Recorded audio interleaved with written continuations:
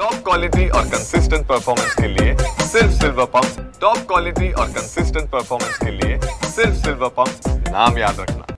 सांगलीकरांना दिलासा देणारी सर्वात मोठी बातमी आपण देत आहोत। आपण पाहू शकता, आपण सध्या सांगलीच्या कृष्णा नदीच्या काठावरती आहोत। या ठिकाणी सांगली कृष्णा नदीची पाण्याची पातळी ही 43 फुटावर आली आहे।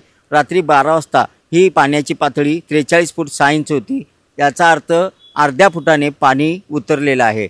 आज आपण सकाळी पाहू शकता 43 फुटावर ही पाण्याची पातळी सध्या स्थिर झालेली आहे आणि हळूहळू आज दिवसभरात 3 ते 4 फुटांनी पाणी उतरण्याची दाट शक्यता जिल्हा प्रशासनाच्या वतीने व्यक्त करण्यात येत आहे।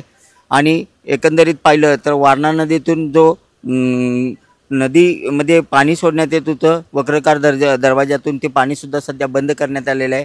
विद्युत गृहातून 1600 क्युसेक्स वेगाने हे पाणी सोडण्यात येत आहे। त्याचबरोबर कोयना धरणातून पाण्याचा विसर्ग कमी करण्यात आलेला आहे। आता सध्या 21,000 क्युसेक्स वेगाने नदीपात्रात पाणी सोडण्यात येत आहे।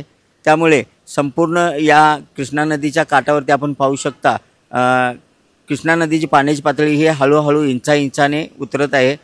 गेल्या 4 दिवसापासून फुटाफुटाने वाढणारी पाण्याची पातळी ही इंचाने उतरत जरी असली तरी सांगलीकरांच्यासाठी ही फार मोठा दिलासा देणारी बातमी आहे।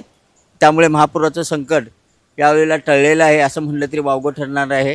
कारण हळूहळू पाण्याची पातळी आज दिवसभरात ही उतरणार आहे। कारण पाणी उतरत असल्यामुळे या ठिकाणी परिसरात पडत असलेला पाऊससुद्धा सांगलीमध्ये सध्या थांबलेला आहे। कॅमेरामन अभिजित सोबत मी शंकर देवकुळे, TV9 मराठी, सांगली।